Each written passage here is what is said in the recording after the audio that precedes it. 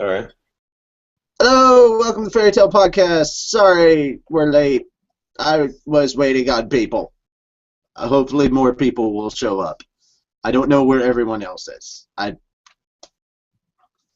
have no idea. But hey, I'm here, right? Yay. And I even showed up on my birthday, so y'all are extra special for showing up with me.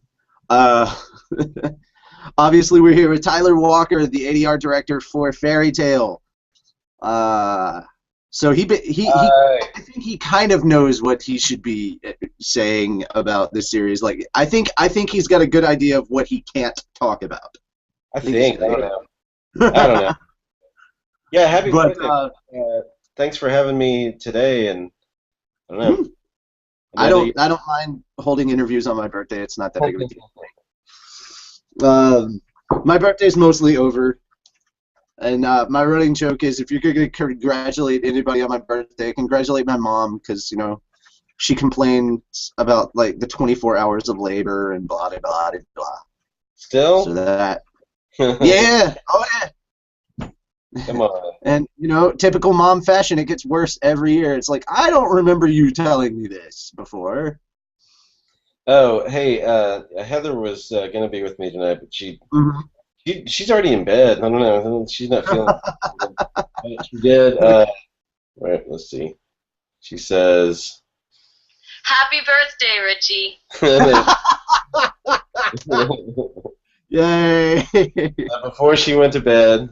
I got to wish her a happy birthday last weekend, Oh too. yeah, yeah, yeah. It was we had a party and some uh we didn't have a party actually. I played a gig and Right. best, which is better because it's like having a party, but you don't have to do it at your own place. Right. Uh, some people actually that we met through Havercon actually Mm. went out to Todd Habercorn's personal convention, which actually kicked ass this year. We went ziplining and uh we I wanted played to a go and I concert. wanted to do that stuff.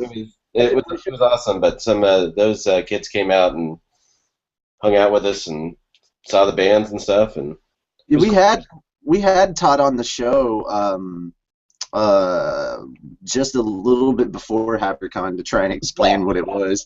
yeah, And he was like, I just want to clarify. I didn't make this con. And yeah. I'm like, okay. He's like, he It was like, was it's awesome. People made it for me, but I didn't make it. I was like, okay, cool, cool, cool. He yeah. just wanted to clarify that it wasn't his ego gone rampant. No, no, no. It's a present, but it's a present like, hey, do you want a lot of responsibilities all of a sudden? And Right. and people think you have a huge ego. Happy birthday.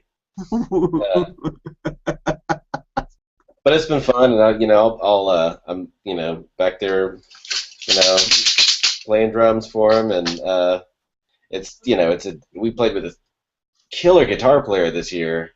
Oh, really? Who's a professional guitar player, and he plays all these songs that I've heard since I was 12 or 13. We played some old songs, played like Death and stuff, and the guy's just ripping on everything. It's like you just want to like stop playing and watch him. Uh, But you have to keep playing because you're Hey, the you have one to keep playing. playing. Can't drop the beat. Right. Don't drop the beat. Maybe I've practiced this song twice since I knew we were gonna play it. I don't think you can do dubstep that way. You can't drop the beat. Don't drop it. And then Drop the you gotta beat. keep the beat. Yeah. So does it also technically count uh, as dubstep if you actually play bass and you drop it? There you go. Oh no, I dropped the bass. It's suddenly dubstep. Uh, Oh. Weird, goofy. All right. I say this is going to be an interview, but we use that term very loosely. If this is your first time viewing our show ever, uh, we don't really like hold interviews. We just kind of hang out with whoever our guest is, and stories sometimes pop up. Yeah. So, as always, our interviewee is allowed to ask us questions because whatever. So, I mean, he's already asked how I am, so we got that one out of the way. Yeah. How was your birthday? How was your birthday? My birthday was okay. Went to Walmart. Went to the pet store. Went to a gaming store. Yeah. There's a tiny little kind of mom and pop. Yeah. There's kind of a tiny little mom and pop gaming store around here, and you know the ones that have like kind of like a large collection of games from like every gaming console that basically ever existed. Yeah, yeah. Yeah, we went to one of those, and I ended up picking up Uncharted 3 for like $6, and I was like, holy crap, yes! I was like, because that's still a relatively recent title as far as most games are concerned. I mean, it's a PS3 title, and so it's not old, but let's see, when did it come out? I don't even know. I don't even know when the third one came out. Somebody in the well, obviously it came out after 2. Yeah. Yes. And that was after 1. So. But somebody on the YouTube channel is probably like, "You idiot! It came out back." Okay, so it's like 4 years old. Came out in 2011. It says. Oh, okay. Okay, it again sort of relatively recent. But yeah, I spent most of my day playing Destiny for the first time in a while, about a week or two. So that was more or less my birthday. I haven't played that game, but I heard it's awesome. Oh, it's so much fun. But the problem is that a lot of people thought it was gonna just be like a third-person shooter and set up kind of in the same similar style as like Halo, like it would have a full story. And I'm like, no. Bungie knew what they were doing. Destiny is an MMO, and it's an MMO for a console, and that's interesting in and of itself. Yeah. But yeah, the ending isn't really the ending. They're going to be making a lot more story additions and stuff like that. So okay, I'm very much looking forward to whatever pops up next. I think it's supposed to be in September that they release like the new stuff.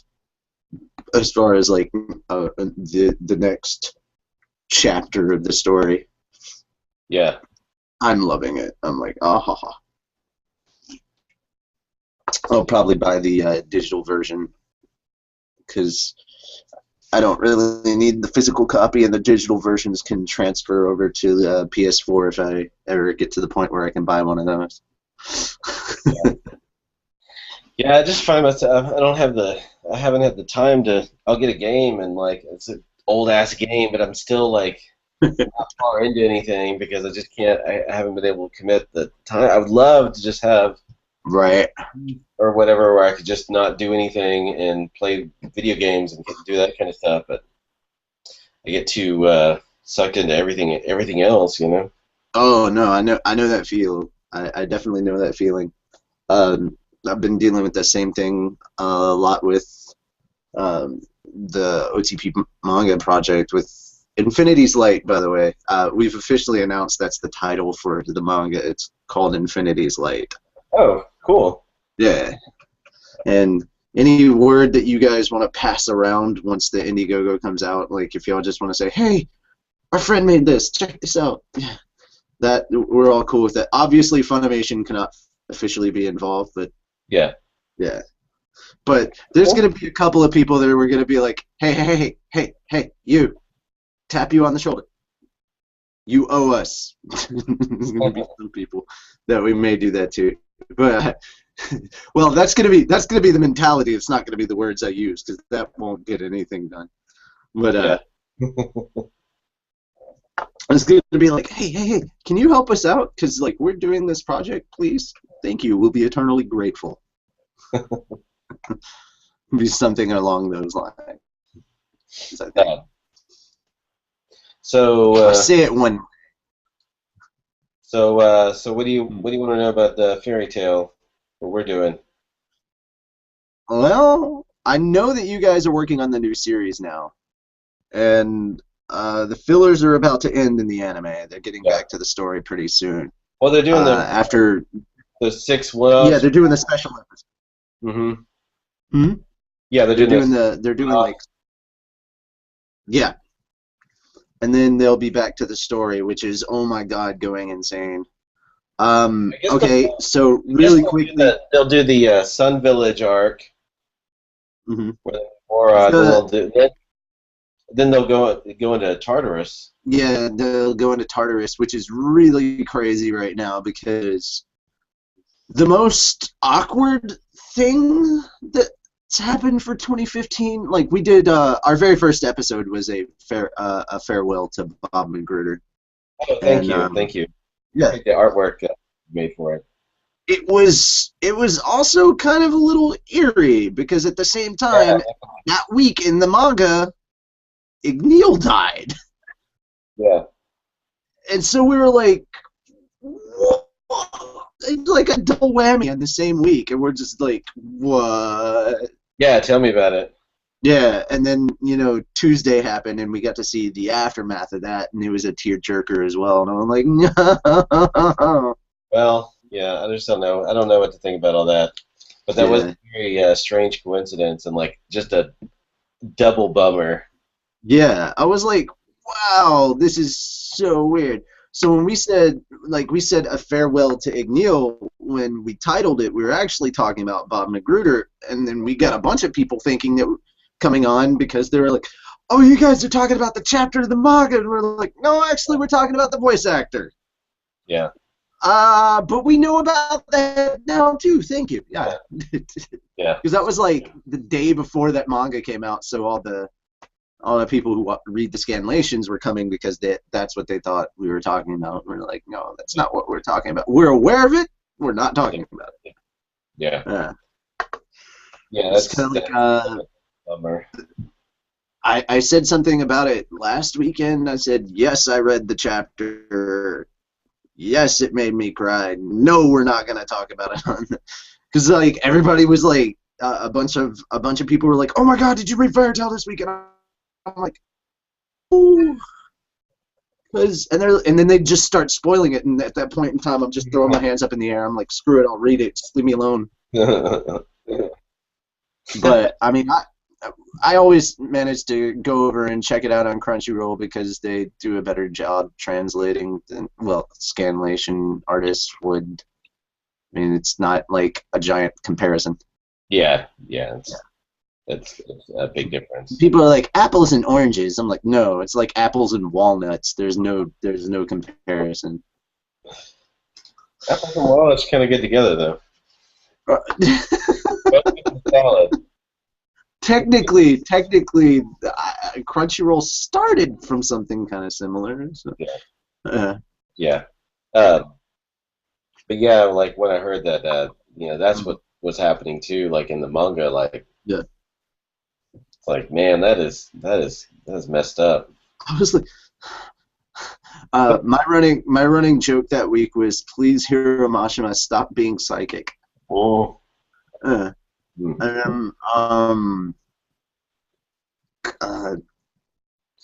then the other thing that I thought was kind of odd was like we were posting all the farewell to Bob stuff, and I didn't see any of the other voice actors posting it, and I was like, really?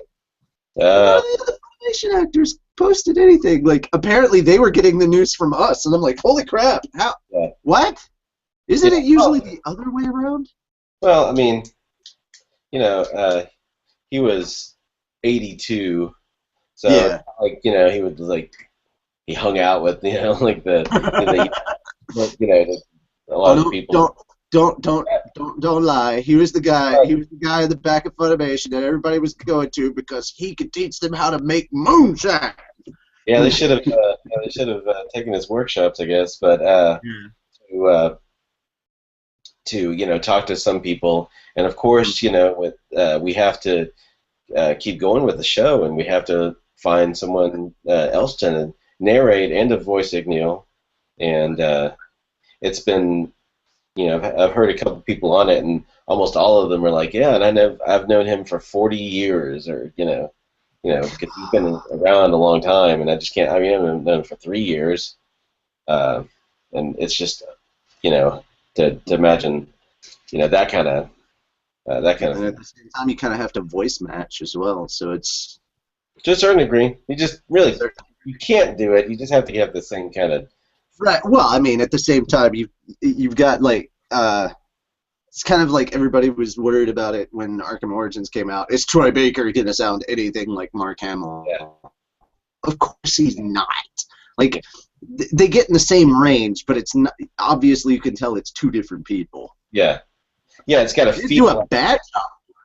You got to feel like the same character. You know. Mm-hmm. It's gonna it's feel only the same sound character. same. It's only going to sound. There's a couple of people that actually do sound a lot alike, which I've discovered, of course. Listening to people and recording them, 40 hours a week or more. You know, like you find out who sounds alike, but in that older range, it's very, very difficult. Oh yeah, very difficult. It's hard to replace the that kind of grandpa sound. Like I when I say grandpa, it's kind of that it's that overall warm tone. Yeah. Kind of like it's like, oh my God, I hear that voice and now I need a hug. Yeah. It's that kind of a quality, and that's not something that's not something that's really easy to find, because not everybody has that tone. Yeah, it was. I had to write a press release about it, and it's interesting to I thought about some of the ways that the narration had worked, and like sometimes the narration is very very wordy and very evocative and all that kind of stuff. Where there's a lot to tell. There's a lot that's happened. Maybe it's been 5 episodes since we've really caught up, and there'd be a lot to talk about, and scenery and all this kind of stuff. And sometimes and of course you can build an emotion, you can build a vibe and a connection to it. But he had the gift where he could say the name of a place, like Magnolia Southgate Park, and it's like, oh, I know something bad happened, Think about in the earlier episodes in the Phantom Lord arc when Levy and Jet and Droy are all hung up on the Sola Tree in Magnolia Southgate Park. Just to hear him give the place name, given knowing what's happening there, and listening to him to give the delivery, it's really interesting how that can work on such a just the information level. It's all about tone and delivery. Right. So I don't know. So that's the hard thing that's really the hard thing to replace. Hang on, I'm posting stuff right now.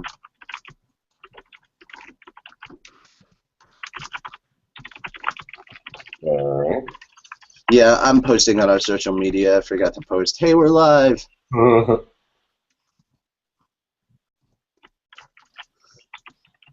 So I had to have that YouTube link in there. Yeah. All right.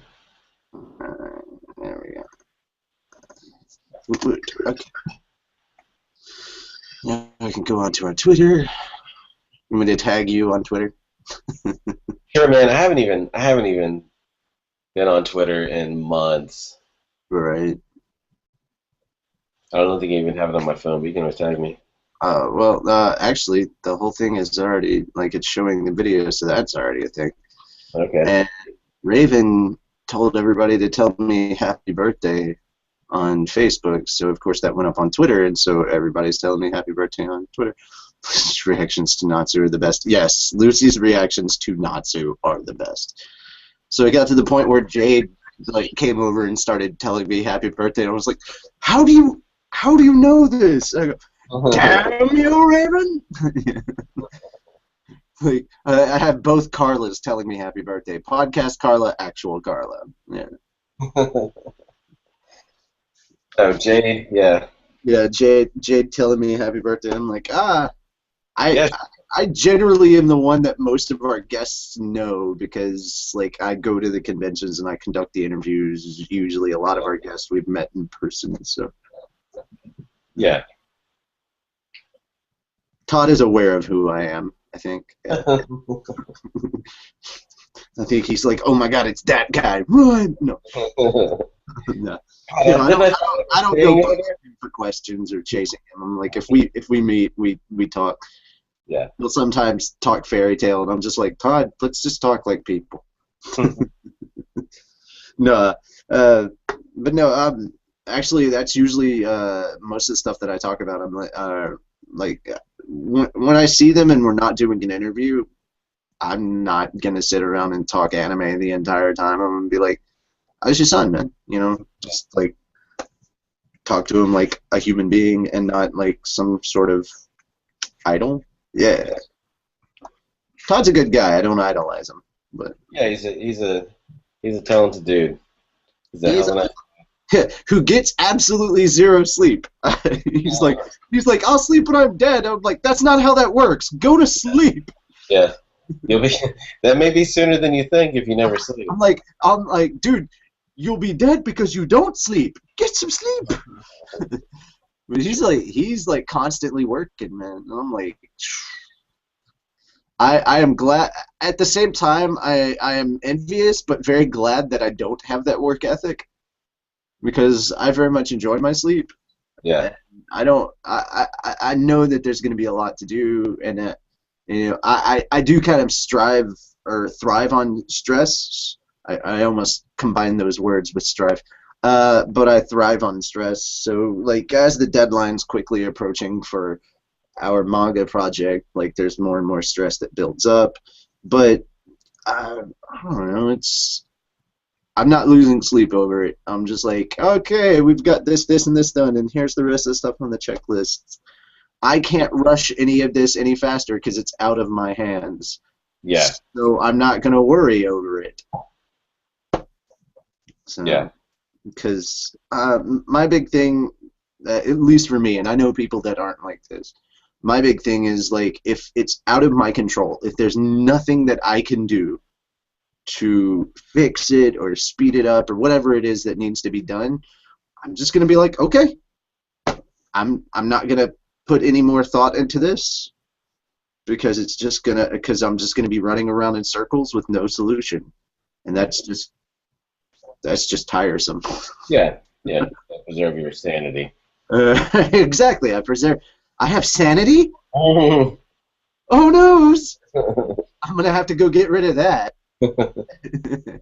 Yeah, I mean, I end up working and doing stuff like that quite a bit, but Yeah. only you gotta enjoy. You gotta stop and smell the roses, Well, I mean, I think that's partially why I think, like, especially for people in a stressful environment such as that, like, why everybody else that's like running around like, ah, and you're the one that's like, and usually, like, you can kind of conduct or direct everything the way it needs to be, and everybody's like, wow, I'd like to be like that. It's that's part of what I feel is necessary, is like, I'm not gonna let this get to me.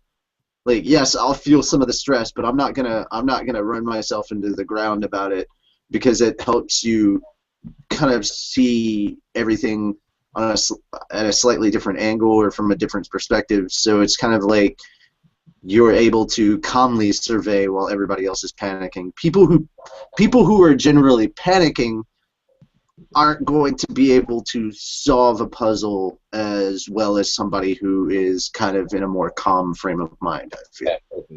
Yeah. That's my experience. That doesn't speak for everybody. I'm mostly talking to the audience on that one. Perhaps you can. I can't. So, yeah. So, what do you think about some of the new? Have you seen any of the newer episodes with some of the new cast?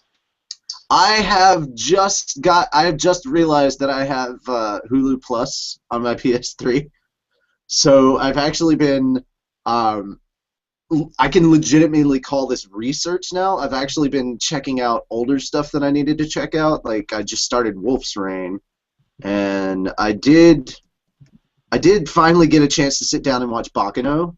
Mm. Oh, cool. Yeah, I finally got to sit down and watch Bakano, and I was like, okay, I love Bakano. I'm a fan. Yeah. I'm a fan. I enjoyed it. Unfortunately, I think there were only 6 episodes dubbed, and the rest of it was all subbed, and I was like, wow. because you start with one and then you're immediately thrown into the other. And I'm like, so if I want to continue this story, I have to watch it in Japanese. Well, there went all of my attention to the art. Yeah. But yeah, I finished Bakano, and like I said, I'm working on Wolf's Rain right now. There's a bunch of others because there's so many Funimation titles on Hulu Plus, man. It really is. But Fairy Tail is in my queue because obviously on Crunchyroll I can't watch it dubbed, but I can on Hulu Plus, and I'm like, and I can watch it on my TV because I've got my PlayStation. Oh yeah. Yeah. So that's kind of cool for me. I will set aside some time to do that, but I've been watching and checking out a lot of new series that have just recently come out, and I love that. Basically, I get to feel better about my anime addiction because at this point in time, it's research for writing. It's like taking ideas like, okay, it's cool how they did this. How do we apply this to our story and not make it seem like I stole it? Yeah. So in a way, it also works as research. So actually, a lot of the times, I'll watch anime with this, so I can just sit down and put down like little notes about stuff that I thought was kind of interesting. So I'll sit there with like a tiny little notepad and a pen and just kind of. But no, sadly, I haven't been watching any Fairy Tail. Like, as in, I haven't even watched the.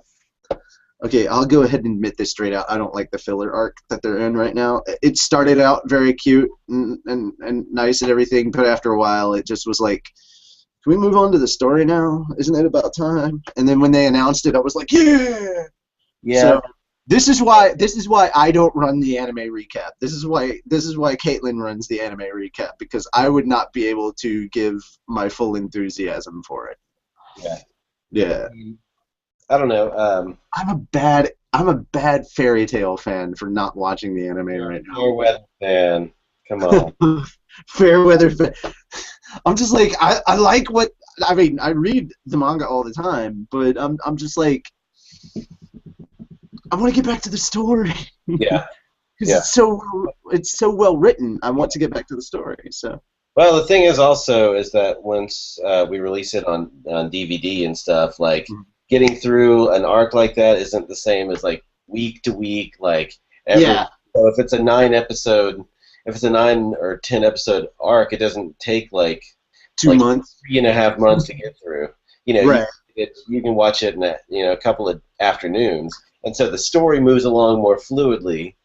You know, that's kind of some of the benefit of not having something air in a way, because you don't have to recap so much. Right. Remember, because they just saw the episode. Right. You know? And the other thing that bothered me, though, I think part of the reason why I'm not so big onto the Fairy Tail filler is because I grew up, as far as like my anime fandom grew up with the Naruto and Bleach filler, and that more or less killed filler for me in all anime, because it was so bad, and there's so much of it. There is so much unnecessary filler in Naruto and Naruto Shippuden that I mean they were nowhere near catching up with the manga, and they put filler in, and I'm like, please, Studio Pierrot, stop coming up with ideas. Just do the damn show. You know. So it. I mean, filler actually ended Bleach, and Bleach, like, they ended it right before the final arc of Bleach, so it's just really weird now. Yeah, we still have a lot of canon to get through on the anime, so that's cool. I mean, you know, at one point I'd heard that the Grand Magic Games arc is like the halfway point. Yeah. There are a lot of people that, as we were going through the Tartarus arc, that were sitting there saying, oh my god, this feels like the final arc, because all these big bad guys are showing up, and we're like, it does kind of have a little bit of that feel, but there's still way too much story that hasn't been explained. Well, especially because, like, the whole thing, they're looking for E&D. Yeah. It's like... Well, okay, that's the other thing. That's the other thing with End. One of the big things that... one of the big jokes that we've got going around is that E&D is actually an acronym. and our fans decided that it stands for Evil Natsu Dragneel. Oh yeah, I know that. I know that theory. Uh-huh. And I'm like, that kind of makes sense in a way too, though. Because, like, if you think about it, how the hell does Zareth know who Natsu is? Yeah. Yeah, if he created him, that makes sense. Maybe he had to be split in half or something. I don't know, but I still, that's an interesting theory. I don't know how true it is, but yeah, it's one of those fun things to play with. Yeah, I mean, I read that somewhere because I look at all the forums and stuff for the most. Yeah. I try not to. I don't really want to get in on the conversation so much because I don't want to spoil. You know, I've got a different perspective than fans of the show, right? You know, or potential fans of the show, and you know, like I can't. I don't want to spoil the broth or whatever. You know, like get in there and you know, people. I don't want to interject myself in the conversation because I want people to talk honestly about it. Right. So. You don't want them to suddenly be like, oh, crap, we got to act like we love everything about it because we had the director on. Yeah. I mean, someone could say, man, I think this character was blah, blah, blah, or this could have been better or whatever. So it's interesting to read it. Since I have you on, Tyler, I demand more Toriko. Need more Toriko. I wish. I so wish. I'm not in control of that. I think the only way to get more Toriko is to have a massive buy. People have to buy it. Are you working on Assassination Classroom? Am I working on that? That's another series I'm reading right now, and I want to see the anime. I don't know. I didn't even know they had an anime, and then Funimation announced it, and I was like, wow. Yeah, I don't know anything about that. I mean, a weird octopus-looking alien says he's going to destroy the world in a year unless humans can kill him. He ends up teaching a class because of some sort of promise he made, and basically, it's this room of like it's the most it's the most popular school or whatever because of like the curriculum, and he gets sent. He's basically in charge of Class E, which are more or less that school's version of rejects, and he slowly trains them to try and kill him. Yeah. And this octopus alien thing is capable of moving at Mach 20 speeds. Okay. Yeah, it's very weird, but at the same time, insanely interesting. I'm wondering, how do you think something like this up? How do you think up a scenario like that? But it's great, and I heard Funimation picked it up, and I was happy to hear that. I wish I was working on it. It's very fun. What other projects are you working on that you can talk about? Nothing anime related. None that you can talk about. Gotcha. Anime related. Nothing new. Oh. Yeah. Some people started watching Ghost Hunt again. I saw like some interest in Ghost Hunt, which is a show I directed, several years ago. That's cool. It's like okay. People are paying attention to things that aren't just like the newest and of the new. You said you were watching Baccano. Yeah. You just watch the whole thing in English. I have to get the DVDs. They only show a certain amount on Hulu.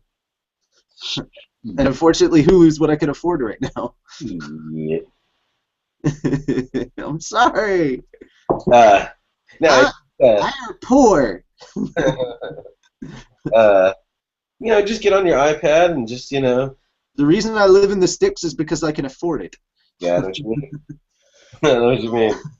Yeah, I mean, the town that I live, in, there's, several neighborhoods over, or actually the next neighborhood over, there's, $1 million homes and five. Oh, did you?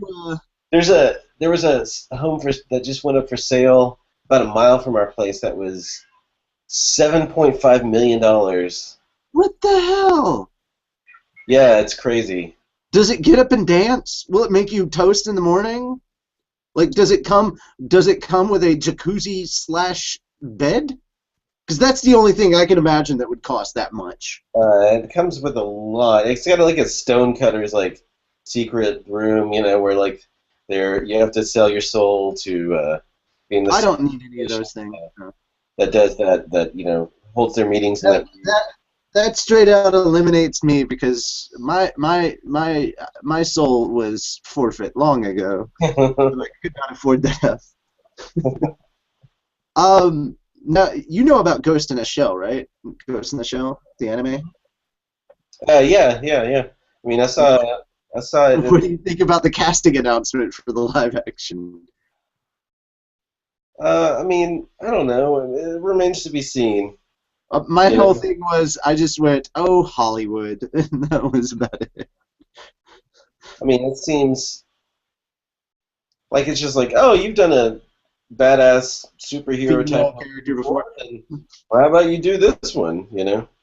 But I would imagine that if you could, like, it would be a great thing to fall into. I mean, I can't blame her for taking it, but powerful female character, yeah, I'm about that. But at the same time, the character's supposed to be like Japanese because it's supposed to be taking place in Japan, and that was my one kind of yeah.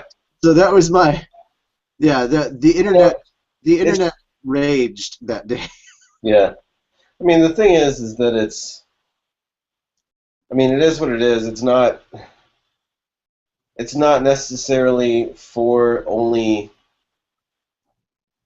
the fans that exist already. Right. It's trying to bring in new fans, and I get that. And they'll still get the story, and through the story, they may get in further. Mm-hmm. You know? So, I mean... As long as they don't Dragon Ball Evolution this. Yeah, I mean, in a way, it's a kind of whitewashing or whatever, and, you know, they say the same thing about the Akira movie. Mm. You know? But what's really funny about that, like the person that really is behind and pushing to try and get an Akira movie made is a person I wouldn't normally associate with anime, but turns out he's actually a giant otaku. Leonardo DiCaprio. Oh, really? Huge anime nerd. Really? Did not know that until recently, and I was like, okay, I kind of respect you a bit more now. Yeah. Awesome. You deserve your Oscar just for that, sir. Just for being an anime. I wonder what his favorite one is. You know? I don't know. I know that Keanu Reeves, his favorite is Cowboy Bebop. Yeah. Not much. And I know he's pushing to try and get Cowboy Bebop over here. He's like, it's so good. More people need to see this. And I'm like, oh yeah, Cowboy Bebop movie. Like a live action Bebop movie, right? Yeah. He's trying to push for a live-action Bebop. And let's see, I do audio editing for another show. I do audio editing for the Word Ninja podcast, which features one of our cast members. He's the founder and host of that show, and it's all about like writing and literary styles and stuff like that. Well, I make it sound boring describing it like that, but it's actually not. And on the most recent episode that I edited, they were talking about how somebody just recently made bell peppers and beef, and I was like, does it have beef? Is it really that way? Is it bell peppers and beef with no beef? Let's be honest. As soon as somebody says bell peppers and beef, I'm immediately taken right to Cowboy Bebop. Let's just hang out and be nerdy. That's what this interview really is. It's just let's hang out and be nerdy. That's why I didn't label it an interview in the title this time. I was like, yeah, we're just hanging out with Tyler. Speaking of Tyler, just going off of your name, the con coming up in February in Tyler, Texas. Yeah, I'm excited about that. It's I saw something for that the other day, and I recognized the font. I was like, that is Crown Title. That is the font that they made that looks dangerously similar to Fairy Tail. Let me look at it. There was something on Facebook, and the font style was Crown Title. I know, because I have to use that in Photoshop for stuff that we do. It's not the Fairy Tail font, but it's close. It's a passable knockoff. A lot of people at the con have been in Fairy Tail. Oh, makes me want to go more, but sadly, Texas too far for now. It's it's me, Todd, Jeremy, Tia, Heather, Chuck, Sonny, Alexis. So far, nobody on my list that I haven't met yet. Well, I haven't met you in person, obviously. You and Heather are the only two I haven't met in person. You met me. You met me, you asshole. Where? You met me in New York. That's right. Duh. I haven't met. Yeah, for the 5-minute interview we had. Yeah. Y'all came in and interviewed us. Yeah. Yeah, but I remember that now because I sat up the following evening. I edited that entire thing in the airport. Oh man. Because I didn't have money to afford a hotel, so I ended up trying to fall asleep at LaGuardia, which did not happen. And I was like, okay, since I'm here, might as well edit this. So I sat in there editing that 5-minute interview it was 15 minutes, I think, was the actual time. But I sat there editing that, and yeah, that's what you do. I only had one movie to watch, and it was The Terminal, and I was like, I'm at the wrong airport to be watching this. Yeah, it's not it's a little just too scary. It makes me think of this time when me and Heather went on vacation. It was one of our anniversaries. Mm-hmm. I should know which one it was, but it was one of our anniversaries, and we went to, I guess it was maybe our 3rd anniversary. We went to Caddo Lake in Texas, Louisiana border. It's a beautiful natural lake, but it's very swampy. It's a swamp. There's alligators. There's supposedly Bigfoot lives there. There's all kinds of dense trees, and it's beautiful, right? Right. And we're staying at they call it a cabin, right? We're staying at a cabin. It's connected. It's on someone's property, and so basically, we're watching Cabin in the Woods. So we're like, okay, let's see. We're settling in. It's like, let's see what's on TV with that cable, and we turned it on, and it's that Luke Wilson movie Vacancy.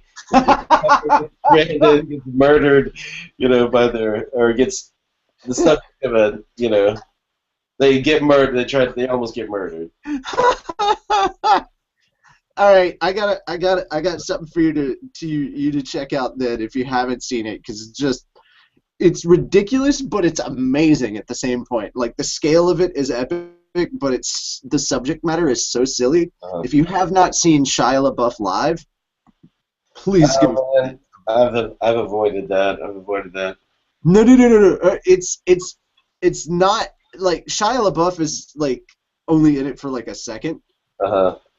It's basically kind of like Citizen Kane-esque in a way. Yeah, it's done by Rob Cantor and the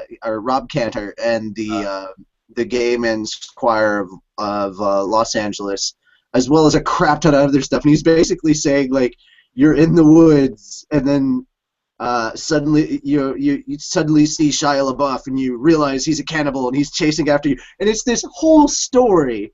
And he's doing it in kind of that old 30s, 40s vibe, and he's got a string quartet and this giant choir, and then a children's choir shows up, and it just keeps building and building, and it's the more it builds up, the more awesome it becomes with all the stuff that's building up. But at the same time, they're sitting there talking about you trying to fight and kill Shia LaBeouf. So it's super, super funny. You need to see it.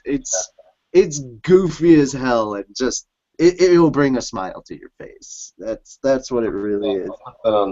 It has very little to actually do with Shia LaBeouf, except that his name is in it constantly. And yeah. Well, I'll put it on the queue.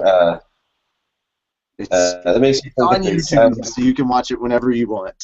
But Silence of the Lambs, the musical version. Yay! Of course, saying that, all I can think about is epic rap battles of history. they had Jack the Ripper versus Hannibal Lecter, and I thought that was the best because he's sitting there saying, "Never mind that you're naughty, Jack. I hate that you're sloppy." And he's just Charlie. He was like, "Charlie, take me back to solitary confinement." Or Barney. Barney is the guy that takes me. Barney, take me back to solitary confinement because this dirty little lamb has just been silenced. And I'm like, oh my god! Like the way that they write stuff, it's so clever sometimes. Yeah. And then they every time, actually, almost every single time that I have Todd in to record, he always wants to watch. We always watch epic rap battles of history, and we always watch the fail video of the week or the month or whatever, the one that's in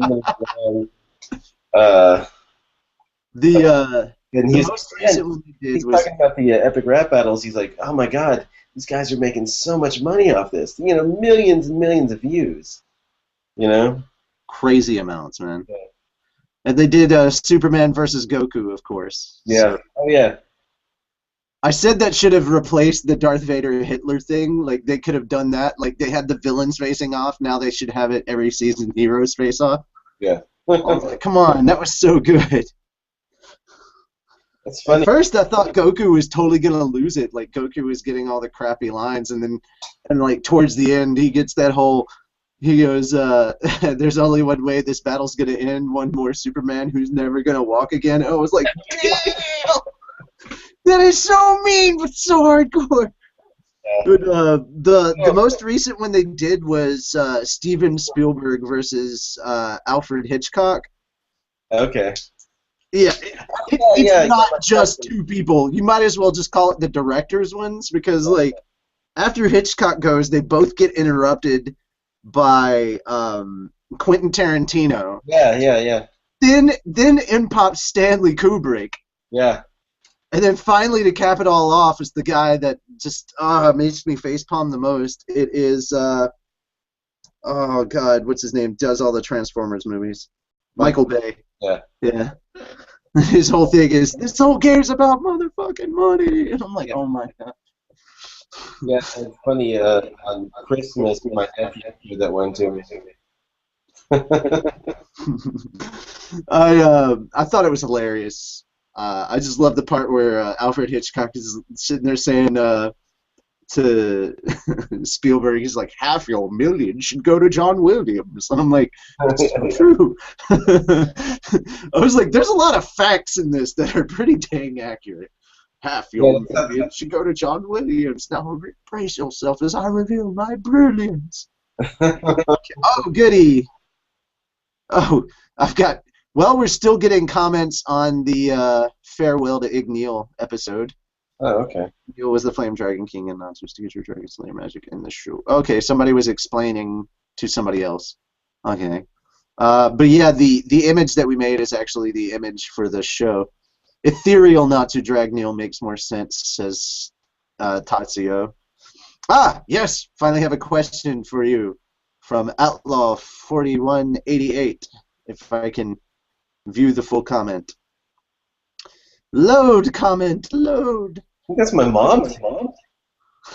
Do what? That's my mom's name. Oh. Outlaw 4188? Oh, no, she's 87. Yeah. Okay. Is Funimation going to be dubbing any of the Fairy Tail OVA? Original version animation. That's something that I wish I had an answer for.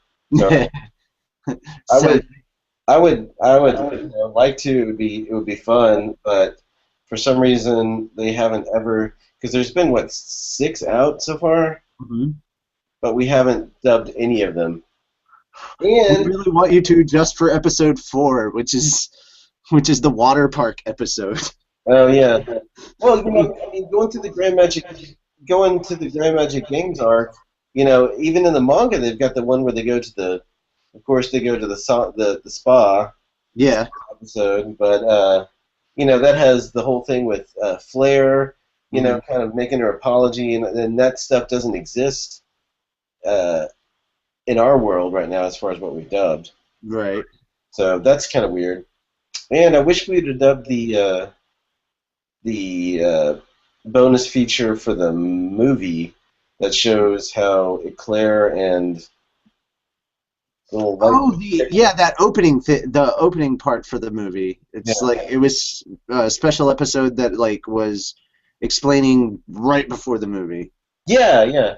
It was like a little bit of backstory for the movie. Yeah, I Yeah, know like, what you're talking about. I wish we would have done that, but for some reason it wasn't included in. It's just the way that some rights to do that they work in a certain way, and I'm not sure. That's not my job. So if we can, we will.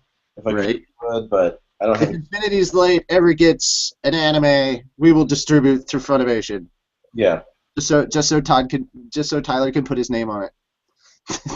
you know, it's interesting though because all those OVAs kind of follow certain tropes. There's the high school one, there's the water park one, there's the spa hot springs one, Yeah. there's the heavy fan service one, That's probably episode 1. the Fairy Hills one. Yeah, the Fairy Hills one. The one where they found out that there was a telescope under the swimming pool, and then Makarov blinded everyone.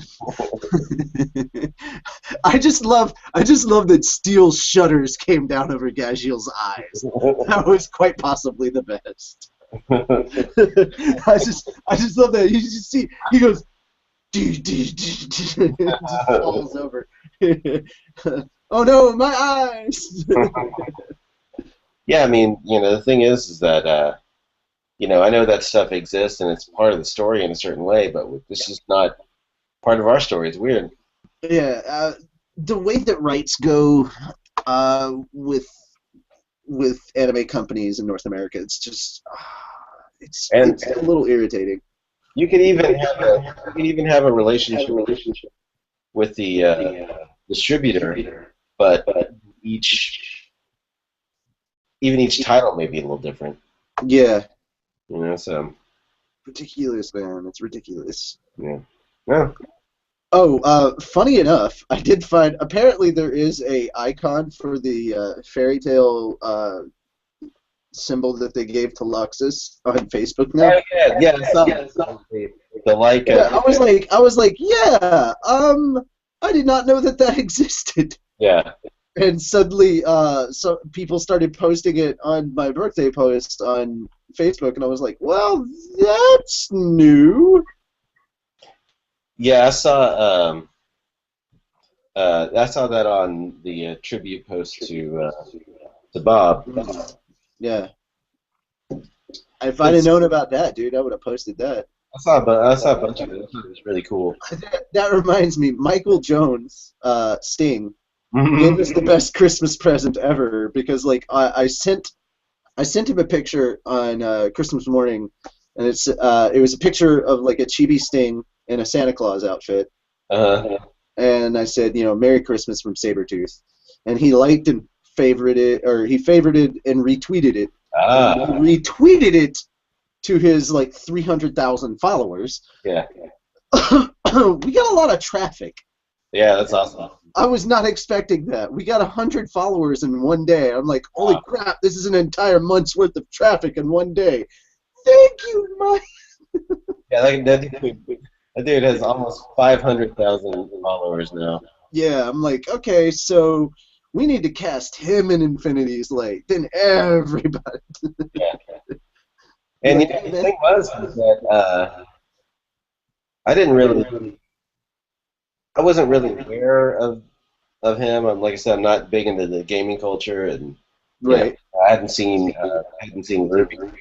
But we got a kind of a group package from people that worked down there, and they came up, and he just fit the best for String. I thought he's got a really unique voice.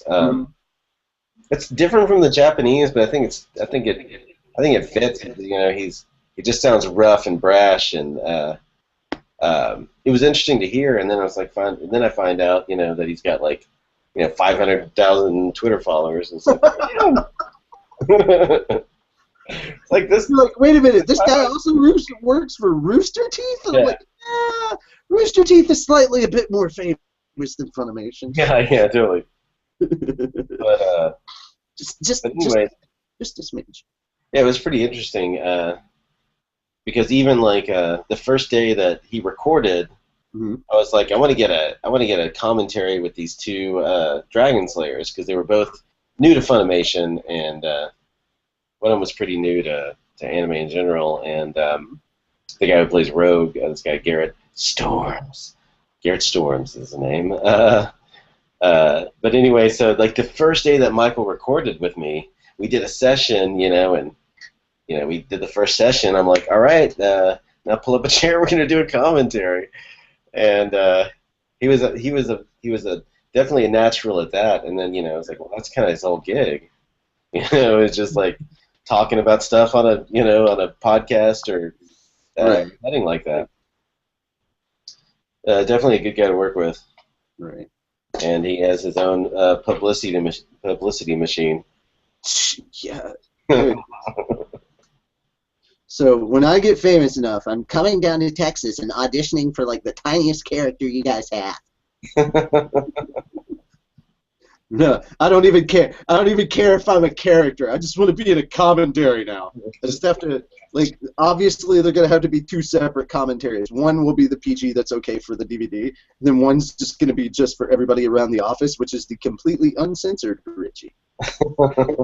the one that you don't even get on this podcast, ladies. Oh, man. I mean the one who's like showing that he actually went through the military and will be a foul-mouthed little bastard.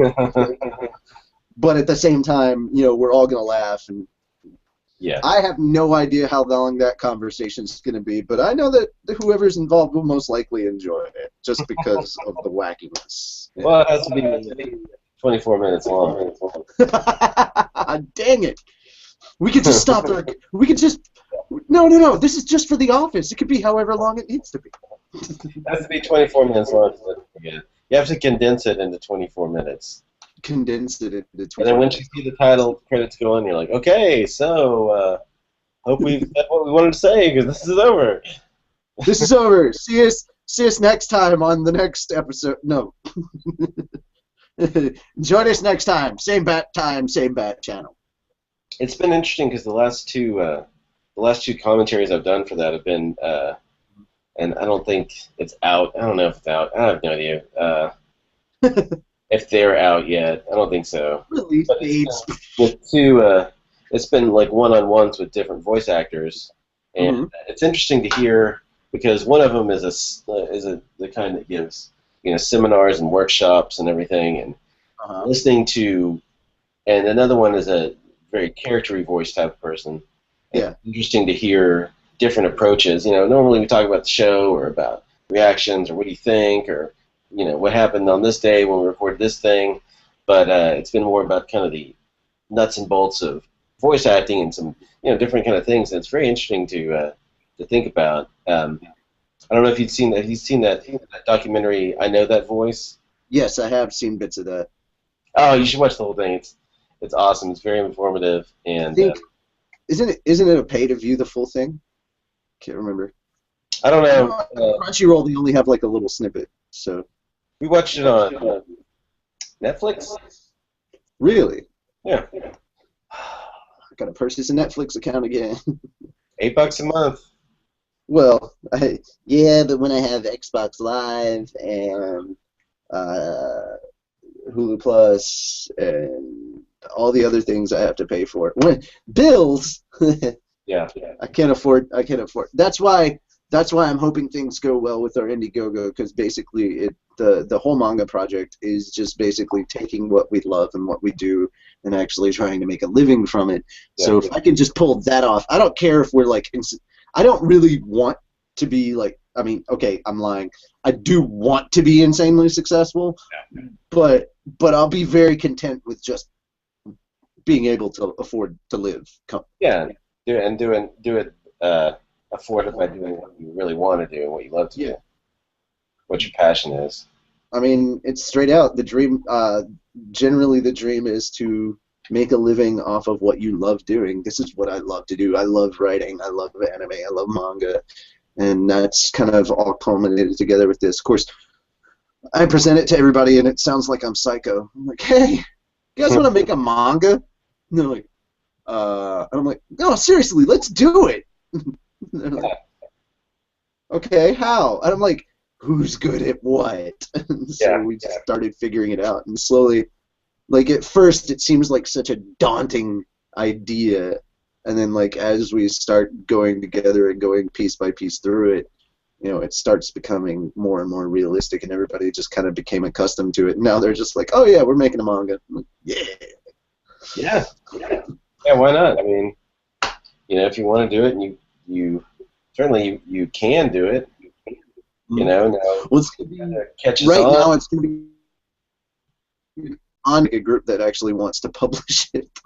Cool. Of course, we do know some people over at Kodansha. Kodansha USA. We may know a few people have a toe in the water or something like that. A horrible I'm a horrible person using my connections for my own personal gain. No one does that in real life. No. That's not how everything works. It's not like anybody uses LinkedIn or anything. Yeah. No. That's how everything works. You know somebody somewhere, and they know someone, and you know it all opens up, and you know or sometimes you meet people through common interests, and you know you find people that way, and they know someone somewhere else, and you know that's how shit works. Yeah, I just asked. I sent my contact at Funimation. I was like, I'm pretty sure you guys as Funimation can't support this, but here's what we're doing. If you just want to pass this around the office to people, cool with us. Yeah. So it's just kind of like, hey, we're doing a Indiegogo thing, so even if they can't like donate to it, you know, just passing the word around, however they want to slip that in. You know, people have social media. Yeah, social media is a real thing. Right? And it generates a lot of attention. Holy crap. Word of mouth can carry it very quickly if done appropriately. Yeah, totally. Do you have anything else? I'm just spitballing stuff. I don't really know where to go. I never do. Yeah.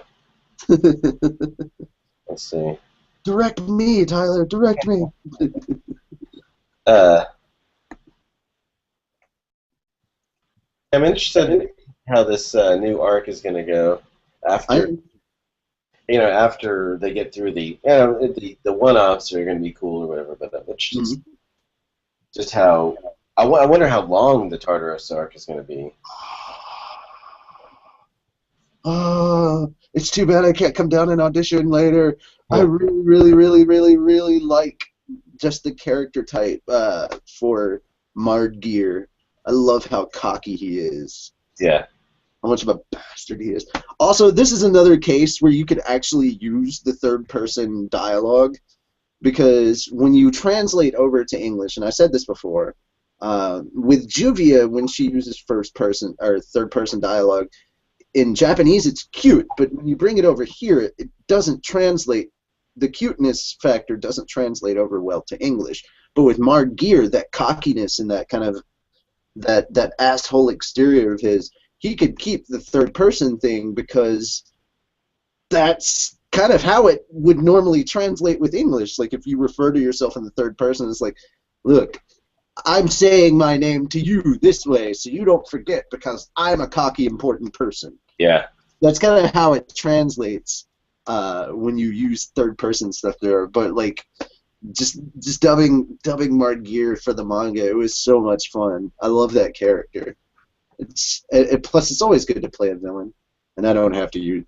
I mean, I think part of it is that I get to use my natural voice, but just be evil with my natural voice, which is fun for me. Yeah. I want to come audition for that character. I don't care if I get it. I just want to audition. And it is. I don't have an agent, so I think I'm screwed. It is so hard to cast out of town people in this show. Yeah, no. Because with the Grand Magic Games arc, right? Uh-huh. It goes on for so long, and there's so many characters introduced that Mm-hmm. the same it's the same number of minutes, right? Each episode is 21 and a half minutes of actual footage, right? Yeah. If you have a cast of 12 or 10, everyone gets a lot more time. But if you have a cast of, up to 50 or 60, Mm-hmm. oh my gosh. There's, what someone does is over this long expanse of episodes, over like, 40 episodes or 30-something episodes. Mm-hmm. But the way we work on them is batches of 6. So, even like Sting or Rogue, like the first time we recorded Rogue, it's like, okay, you're this huge character, this, this pivotal character, and all this stuff happens. We have an hour of recording for you, and then maybe we'll have 2 next month. Like, it's so odd the way that breaks down. Right. Like they'll be in, in this episode, and this episode, and this episode, and then 3 episodes will go by. They're not in any of it at all. At least that pre-explanation stuff you don't have to do with me, because I kind of already know at least how much they're going to be in there. It's just like, okay, this is what we're looking for. Try that voice you did, blah blah blah, or like that. That's how it would be with me. Like, you don't have to explain this character is super important. I know. Yeah. No, but just because a character is important doesn't mean that a lot of recording hours for it. And I'm very familiar with just anime in general, like how a lot of really, really important characters won't have like the major dialogue, but they can sometimes be in every scene and have nothing to say. Yeah, just ask Chuck Huber, who is EA. Yeah. I remember the commentary track for that. He was like, oh, the little 3-eyed guy, yeah, that's him. We sat through the whole episode, and then he goes, that's it? They pay you for that? Yep. Poor EA. He is super, super important to the series, but he doesn't talk a lot. He doesn't say anything. Yeah, he's like one of the most favorite characters from that series for everybody. Like, he is my favorite character. So, always that. Like, when I saw Chuck at a Con last year, I got a picture with him and everything, and then I was like, hey there, shorty! Doing the whole Kuwabara half-ass thing. Yeah. Yukita! And that whole, yeah. But, like, that, he has always been my favorite from that one. Kuwabara has the best lines just because his stuff is so over-the-top stupid. It's just brilliant. So, and then you get, of course, I love any time that Justin Cook gets to play a smarmy bastard. That's just great. And I mean, how many other anime series are you going to start off with where the main character dies in the first episode? Yeah, totally. It's using that the beginning of a story. Yeah. It's worked in American Beauty. Well, yes, that's true. Or a Friend of the Wild. Or well, no, it wasn't the main character getting popped, but it was a character. In Be Cool, the sequel to Get Shorty. Oh. Yeah, the where Get Shorty's the one with John Travolta is a Shylock that becomes a movie producer. Yeah. Sequel called Be Cool, where he moves over from being moves from movies to music. Yeah. I like that one better, just because I love seeing Dwayne "The Rock" Johnson play a gay guy. Oh, that was just that was in that too. He was amazing in that. I was like, oh my god. Yeah, that was one of the first times I was like, wow, like he was really good, I woke up. That was the moment when I woke up and I was like, okay, he's not just a wrestler. Dude can act. Yeah. Like, I've seen wrestlers in movies. There's a difference between like a wrestler being in a movie. Yeah. You're just seeing it because he's a wrestler. Yeah. And then actually seeing a wrestler transition to a movie where he can act. Yeah. And oh my God, The Rock can act. I was like, oh my God, Dwayne Johnson's amazing. Yeah, because he just seemed like someone you could actually meet somewhere. Yeah. He was just He was like, he just kind of dove into the part. He had fun with the comedic aspects of it. It was so funny. Yeah, I mean, I haven't seen that movie in a long time. But yeah, I read both those books because Elmore Leonard's just amazing fiction writer, or he was an amazing fiction writer. Yeah, But I should watch that again at some point. dude, I miss that. I was reading because we just watched Guardians of the Galaxy again recently, and thinking about. Oh, okay. First off, that wasn't funny, and secondly, why is that a comment? Okay, all right. You know what? I'm gonna come over there and noogie a fan really quickly for this one. He signs on to our hangout, and he goes, "Hey, look, it's the Rogaine Renegades." That's mean. You know what? That just means all it means is it takes less time for information to sink into our brains because we don't have anything in the way. Ha ha. Yeah, that's all right. That's as creative as they get. You're just mad. You're just mad because we're closer to Krillin than you are. Well, I think I'm gonna cut it off about here. We've been on for a little over an hour. Cool. I didn't know how long you wanted to go, but I was like, we're kind of running out of random stuff to talk about. Yeah. Yeah, I'm good. Thank you guys so much. I'll try and do a better job of promoting our interviews next time, I swear. I did say something about it on the show on Monday, but like there was so much going on this week that I didn't put up much promotion for this. I was just like, I'm hanging out with Tyler. Sweet. Yeah. And we'll try to get Heather next time. We'll try. Yeah. I think we're supposed to contact Tia again soon because she was like, I haven't been on in a while. Like last time, we had her on as our last technical show for 2014. She was the last we did for 2014, and she was like, yeah, I want to be on more. I'm like, okay. So it was kind of like it was the way that it was a Tia threat. Like it's worded as a threat, but Tia's saying it, so it's just adorable. You can't take it seriously. Yeah. Well, thank you guys for checking us out. We will see you guys on Monday for the live show and the recap of all of the stuff from this week. Peace.